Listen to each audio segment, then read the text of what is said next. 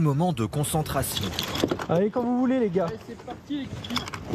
Avant de basculer dans le Allez. vide. À 40 mètres de hauteur, ces 7 cordistes travaillent côte à côte. Ils doivent nettoyer toutes les vitres de cet immeuble de bureau.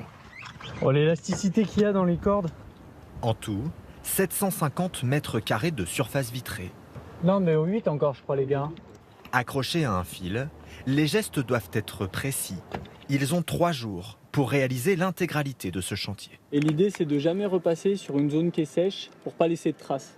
D'avoir le bon angle entre la fenêtre et la raclette et d'être suffisamment efficace, notamment quand il fait très chaud, pour que l'eau n'ait pas le temps de sécher avant qu'on ait terminé notre geste.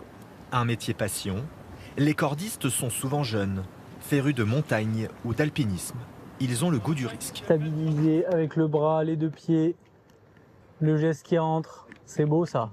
On fait plein de boulots différents, donc il n'y a jamais vraiment de routine. Et puis après, moi, ce que j'aime bien, c'est l'idée de crapahuter, d'être pendu sur une corde, la hauteur, j'aime beaucoup aussi, donc voilà. Il y a du monde à l'intérieur ou pas? À l'intérieur, justement, on reste estomaqué et pas vraiment rassuré. Bon, toujours intrigué. C'est quand même un métier à risque. Je pense qu'il faut déjà assumer la peur du vide pour certains. Je sais que moi, je n'irai pas. Nous, notamment avec mes collègues, c'est vrai que ça nous a surpris. Des fois, ça nous met même peur parce que c'est vrai qu'on s'y attend pas devant les bureaux à voir quelqu'un descendre. Pourtant, dans ce métier, les accidents sont rarissimes, car on ne lésine pas sur la sécurité. On va avoir besoin d'un descendeur pour descendre sur notre corde principale. Et on va avoir besoin aussi d'un anti-chute qui nous servira de sécurité si jamais notre corde principale cède. Le métier de cordiste n'est pour autant pas de tout repos. La durée d'exercice est en moyenne de 5 ans seulement. C'est assez usant comme métier. On travaille à l'extérieur avec des intempéries, que ce soit du très chaud, du très froid. Les gens, quand ils rentrent en formation, n'ont pas forcément cette notion-là. Il faut que la corde soit à peu près centrée de telle manière. Des formations qui se déroulent en situation réelle.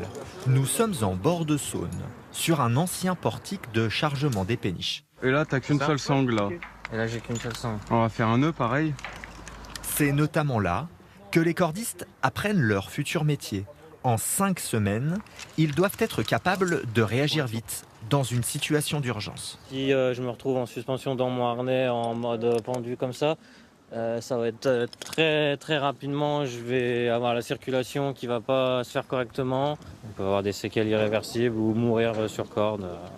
1500 cordistes sont formés chaque année, attirés aussi par des salaires élevés, en moyenne entre 2500 et 4000 euros par mois, soit 30% de plus que ceux des laveurs de vitres classiques.